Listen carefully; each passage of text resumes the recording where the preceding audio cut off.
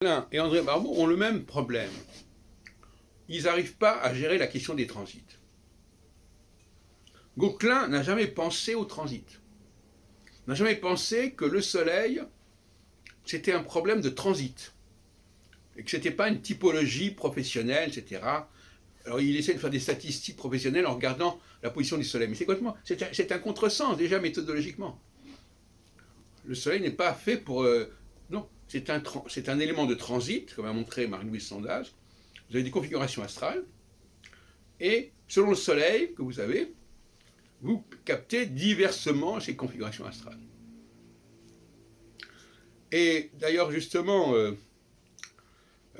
dans son livre toujours Songes et mensonges de l'astrologie,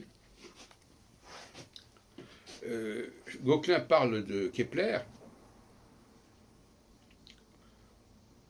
et il dit que Kepler ne croyait pas à la prévision astrologique et des almanachs.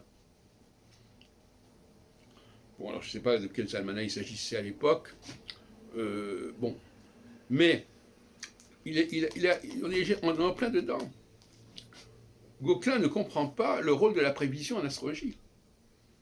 Et d'ailleurs, la raison pour laquelle il n'a pas appréhendé la prévision astrologique, c'est que c'est pas facile à appréhender. C'est tellement facile de dire, voilà, telle population il y a tant de gens de tel signe, etc. Ça, c'était facile. Mais vérifier l'astrologie au niveau prévisionnel, mais au niveau statistique, pas des grandes prévisions mondiales, etc. Eh bien ça, il ne savait pas faire. Et donc, par conséquent, vous savez, c'est comme l'histoire du type qui cherche sa montre sous un bec de gaz, alors qu'il l'a perdu à l'autre bout de la rue, mais qui n'est pas éclairé. Donc Gauquelin, lui, il ne s'est pas cassé la tête. La question prévisionnelle, il ne pouvait pas la traiter, donc il l'a ignorée. Et il semblerait que Kepler n'ait pas pris très au sérieux les prévisions astrologiques. En tout cas, c'est ce qu'on peut lire en lisant Gauquelin, qui a fait quand même un gros travail au niveau de l'histoire de l'astrologie pour son bouquin.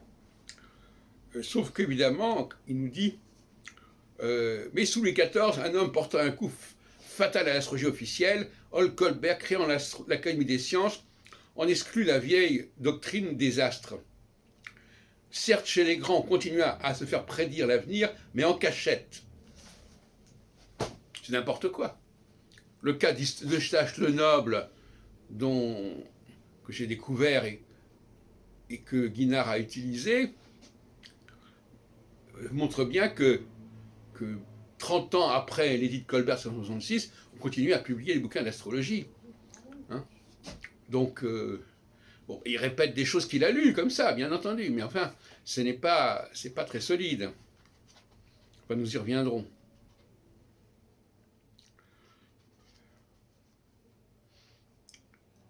Voilà, donc, ce que je retiens, c'est que Michel Gauquelin n'a pas été très fair-play.